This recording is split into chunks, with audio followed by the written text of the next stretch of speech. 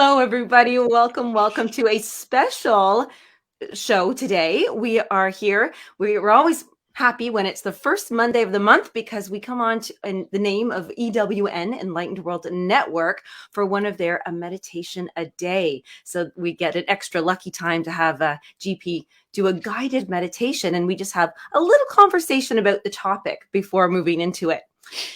This topic, GP, is inspired by two specific things that came up. Somebody was, I was watching YouTube or whatever, and talking about what love is, and love is about giving. And I stopped and thought, is love about giving? And then if it is about giving, what if we don't think we have anything to give or anything that somebody would want us to give? And so GP's titled this beautiful one, Love, Give, Getting, and Being. So GP, I open this up with, is love about giving an aspect? Yes, that's love in action, Ooh. right? There's a dimension to love that is beyond that which expresses it, right? Something in us inspires us and naturally draws us to it. I mean, we're all drawn to love.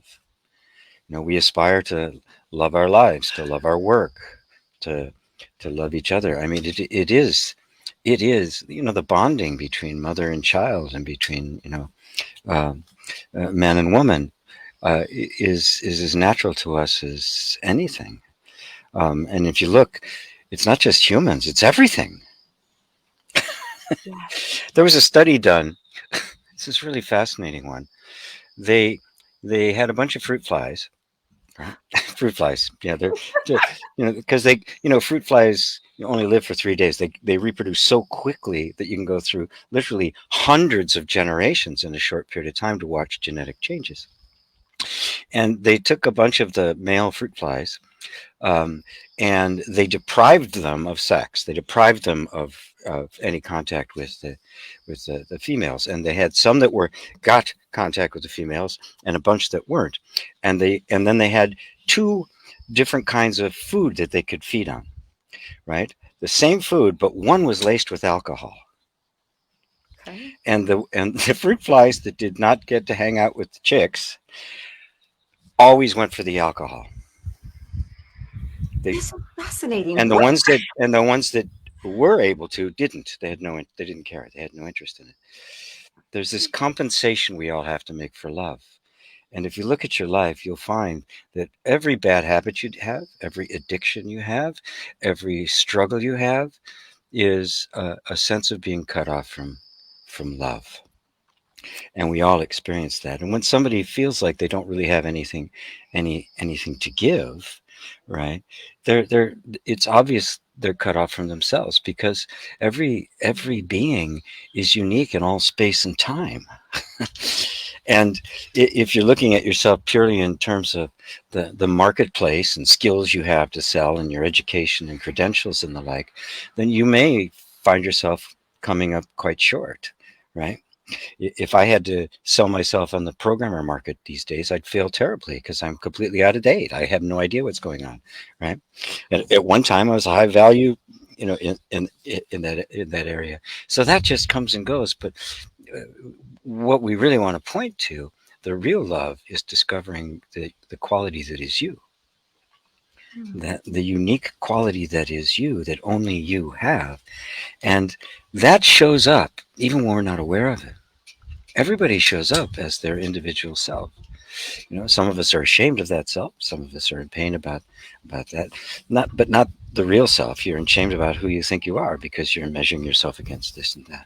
So the first thing I have to say to somebody is that really true? Let's be willing to look at that assumption, I don't have anything to give, and say, is it really true, or am I just not seeing it?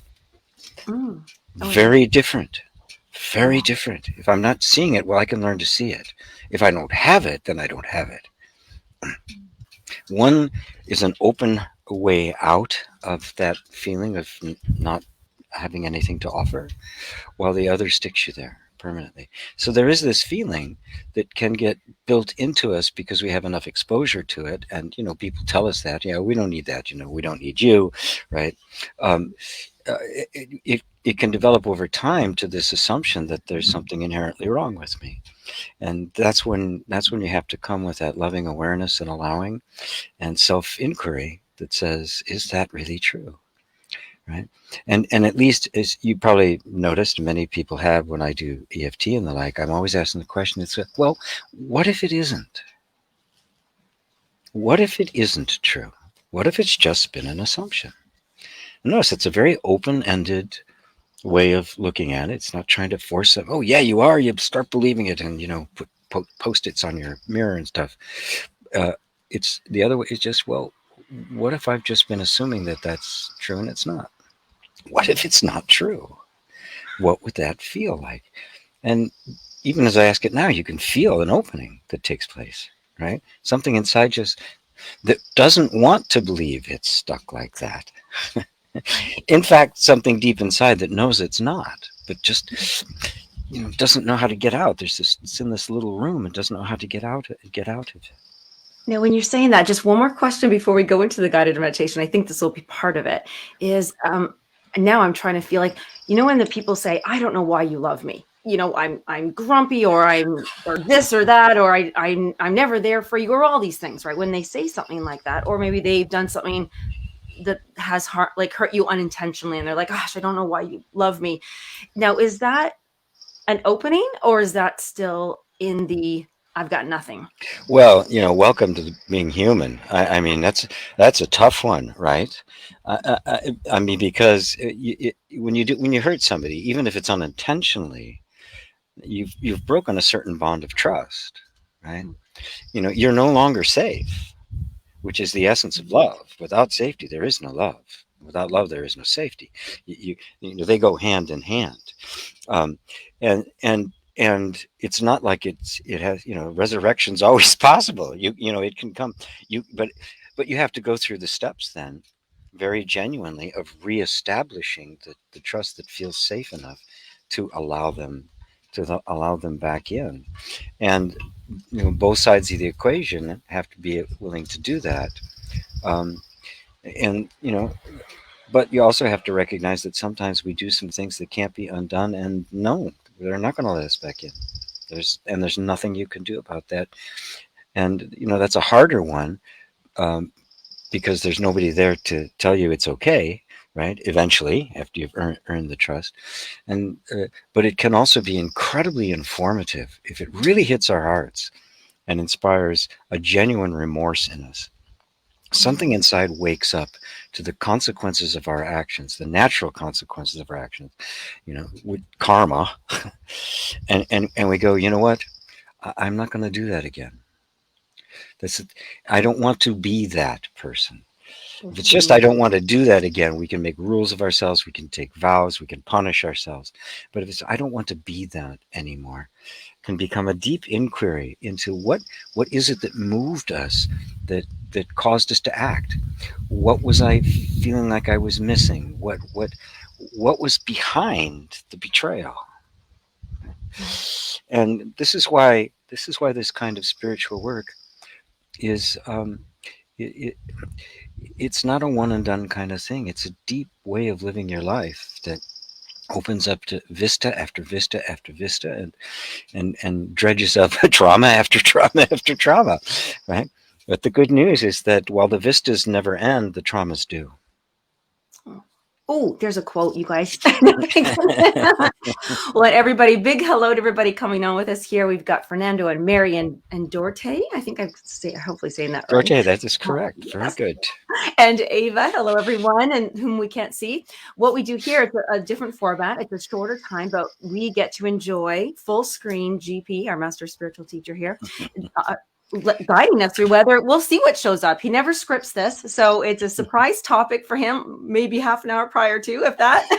and, and then I go off screen and come back for a little chat after. But we're going to be talking about love, giving, getting, and being. So I'll let you walk us. All right, let's let Lisa go for a minute, and I'll mute you so you don't have to worry about that. And we don't have to worry about brinks. So, everybody, close your eyes. This is one of my most favorite things to do because meditation has so many powerful positive effects, reducing stress and lowering cortisol levels and all sorts of different things. But it also provides a space for the deepest kind of therapy, the deepest kind of inner openings. So I want you to take a deep breath or two, slowly. And as you breathe out, just let your whole body let go, sink into the breath as it leaves your body. And do that a couple more times. And just notice how the body responds to that. It's a beautiful giving in, a letting go, a surrendering. And that's kind of the essence of love. This letting go into it.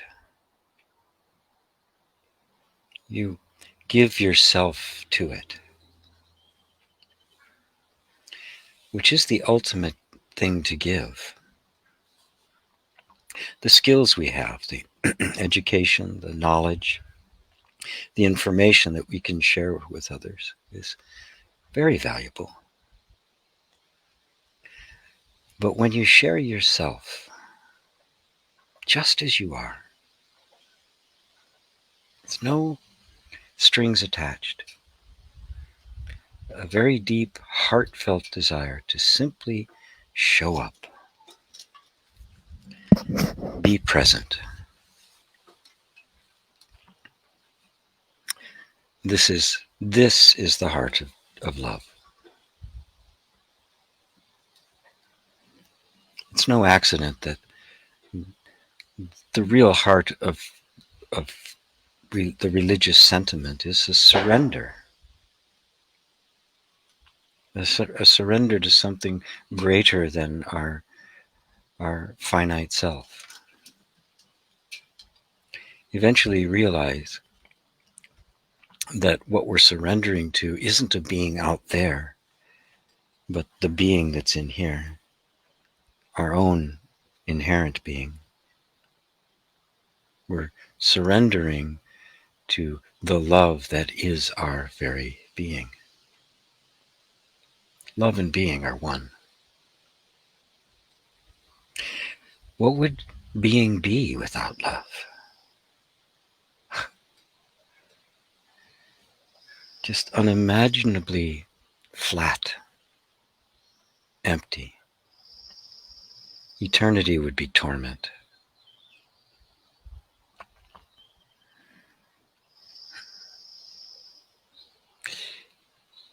Now, as we're in this quiet space, I want you to get in touch with just how deeply we all desire love. To love and to be loved. Let yourself really feel that. Now, that may be difficult to do simply because some parts of us have been so wounded, so hurt, that even the desire for love in any form feels out of reach. And so even touching that is like a tender wound on our body that doesn't want to be touched. But gently touch it anyway. Everything we have ever done in our lives has been to have the experience of love. We strive to become more loving, and we yearn to be loved.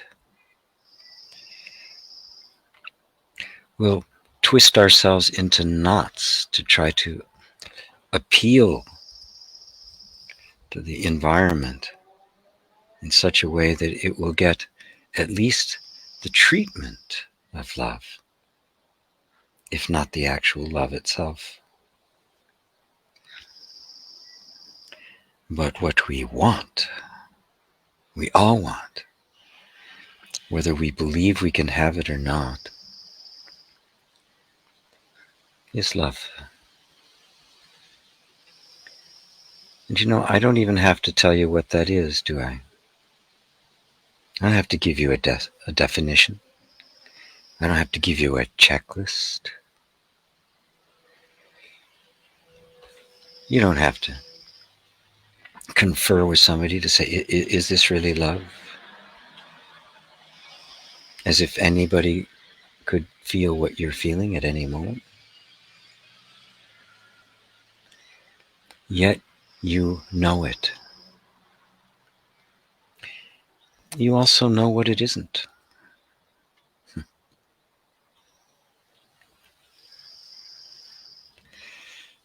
Now, if we can just for a moment recognize our deep need to be genuinely loved. And this is not a luxury. This is an absolute need of the human being.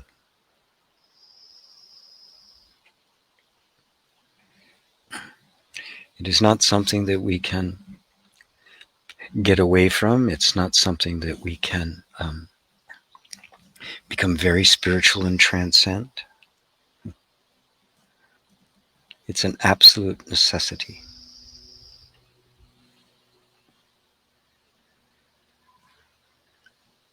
Now, recognizing that, we can just let ourselves feel that natural desire that permeates human life.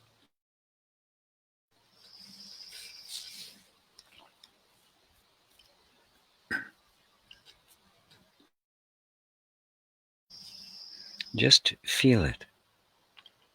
And feel any resistance there is to it, any fear that might come up, any shame or feeling I don't deserve it, or I'm not good enough, or I don't have anything to give.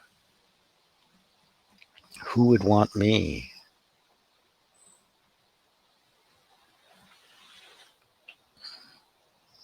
And just really be present with all of those feelings. Imagine those feelings are a little child that's saying those things to you. How would you feel about him or her?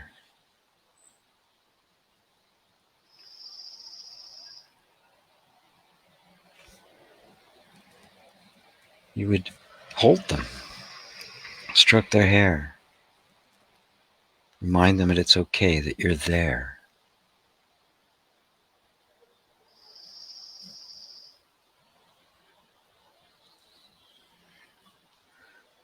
And if you can do that just a little, what more could you possibly have to give?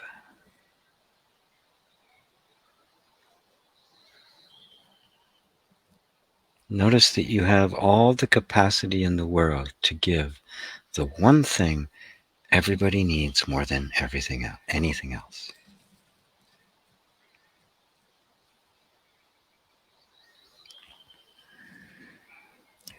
And I'm just inviting you for a few moments here to give that to yourself.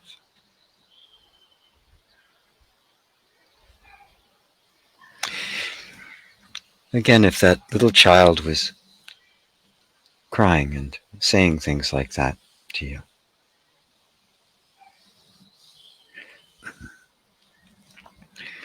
would you ask what their qualifications were? Would you ask what they had to give? Would you try to check to see if they were worthy, if they'd done bad things in the past, if they'd hurt something? Would none of that even enter your mind? You'd be so absorbed in just comforting the little broken heart.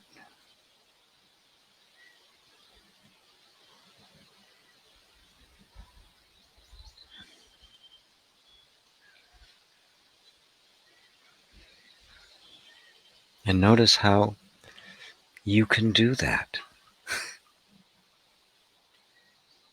It comes very naturally. As long as you don't think you're doing it for yourself, but you just did.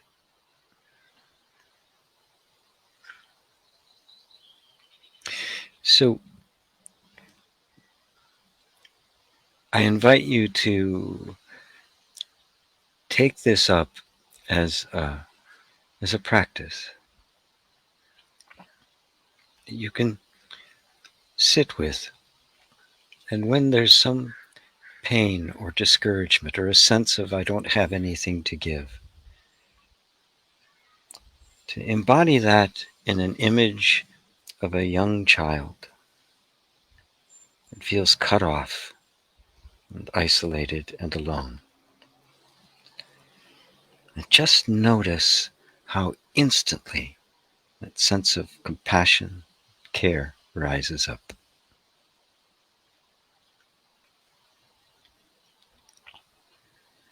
You don't even have to know that that child is you. That message is inherent in the love itself.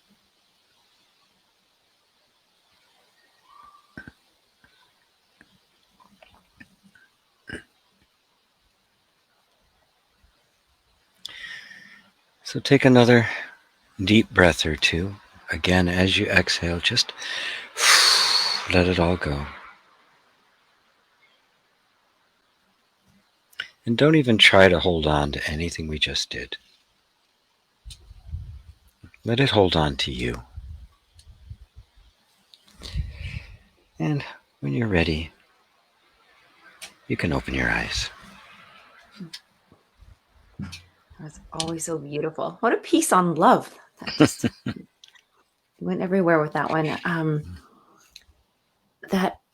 You were sneaky in some of those. I like that. Like, you don't even know it has to be you, or just know that you're not giving for yourself, but you are. And a question came up. Oh, I've got to see if I can go back in my brain and remember. It's competition. Sometimes we feel we can feel like there's this competition, like, well, that person gives love this way. They're always there, but this person may not be able to be always there, but they do something else. And I was just going to ask, how can we check in with ourselves so that we're not doing that? We're not comparing how we're loving. Oh, as Shakespeare said, comparisons are odious. It is it is a horrible habit and a bit of an addiction, because underneath is a deep pain of an unresolved pain that I'm not enough. Yeah. Because if you were enough, the comparison would always be, wow, look, that's wonderful. It would always be wow, that's wonderful. And it would even be contribute, wow, I want to add that to the mix, right? You know, there's sometimes that I'll see people doing a really good job of teaching, but, oh, I'm going to steal that. That's a fantastic idea. Or some story I hadn't heard before that I get another story to tell, right? I love to tell stories. And, I recently, maybe in the last 6 months, learned about this process of dyads, a different kind of process for inner work. I go, now that's really interesting. And, I want to learn more about it and see if I can integrate it into what I do. Now, that's a positive comparing, right? Yeah. It is a cooperative, mutual exchange. As Ram Dass said, we're walking each other home. And which is different than the one that's based on this sense of being painfully wounded. And because what it's really saying is they're better than I am. Unless it's somebody who's really bad off, it's, well, at least there's somebody worse off than me. Right? And it's just, it's an addiction in the sense that it's a completely repetitive pattern that we're not really aware of. And it provides a moment of relief, right? That something that soothes the wound as it, rises up, is or the pain body, right?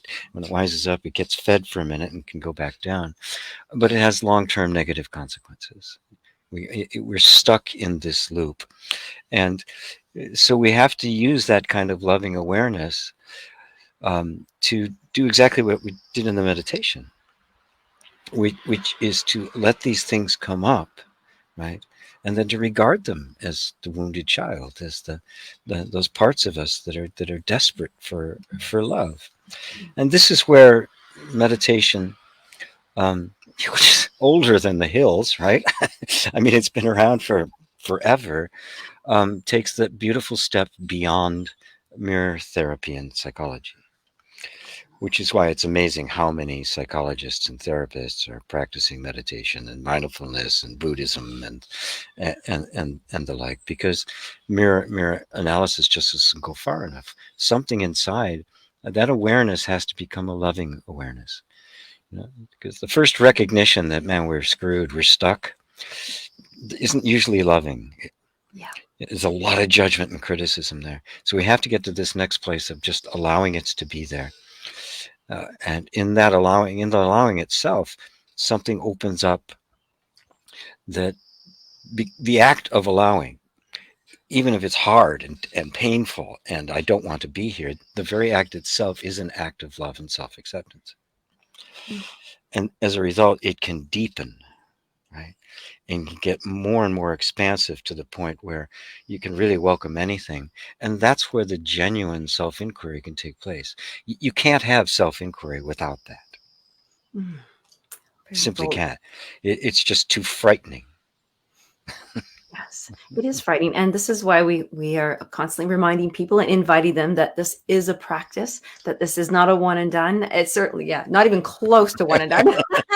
One in a Don't million.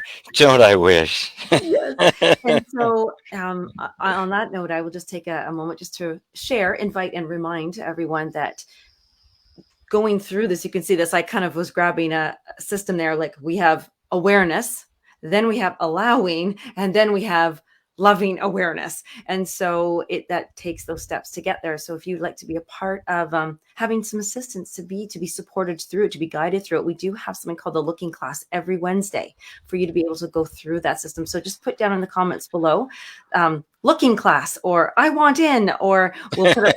I can't remember the link because we changed them. So like a few, there you go. Oh, actually, GP's on it. Because Homeschool. everything is homeschool now. Yes. Yes. Homeschool.ca/LC for Looking Class. And just go check that out and see if that feels right for you. And Mary, thank you so much. Fernando, yes, compassion. Yes, it certainly is. That was one of a very compassionate meditation inquiry. That was a little bit of everything thrown in there. I like that one. big soup of that. But yes, medicine for my soul. Oh, everybody's. And Paula from England. Yes, I didn't want to forget to say hello. And Carlucci. Yay. Okay. Just to answer Mary's question, yes, Yes. it is medicinal. It is medicine for the soul. It's the ultimate medicine. Buddha was referred to as the great physician. So, and there's a reason why they call it plant medicine, right? And the thing about medicine is you take it until you're well. There's a point at which you don't need it anymore. It is mediation. I like that. Yeah. That's the medication. The word I use and I love is reconciliation. You're reconciling these parts that you've just been at war with, and that's where the pain is, right? I want to get rid of this because we think it's bad, and it's not bad. It's you. It's just been characterized as bad, as sinful, as horrible, and institutionalized. We're reminded all the time in the media of what we're supposed to look like, what we're supposed to act like, what we're supposed to think. right? And designing food to make us addicted to it on purpose, right? We've created this culture is exploitive and not healing. There's nothing medicinal about it at all. Um, and so we can see that it is pervasive, and we're all sensitive to these messages. But it is a reconciliation with your own soul, with the fragmented you, and it definitely is a medicine. There's even a small book of conversations with Nisargadatta called The Ultimate Medicine. Ooh, I want to write that Yeah, in there. yeah, Okay. If anybody's read that, let us know. Or if you want to look it up. Yes, the ultimate medicine. That sounds yeah, beautiful. Oh, well, thank you, everybody. Yes, Mary. You know what? I feel like we need this one every day. This is something that, as you said, it's a practice. And so a practice is something that we do every day, and it comes in different shapes and sizes for us, but we're just happy to be part of this for EWN. Thank you.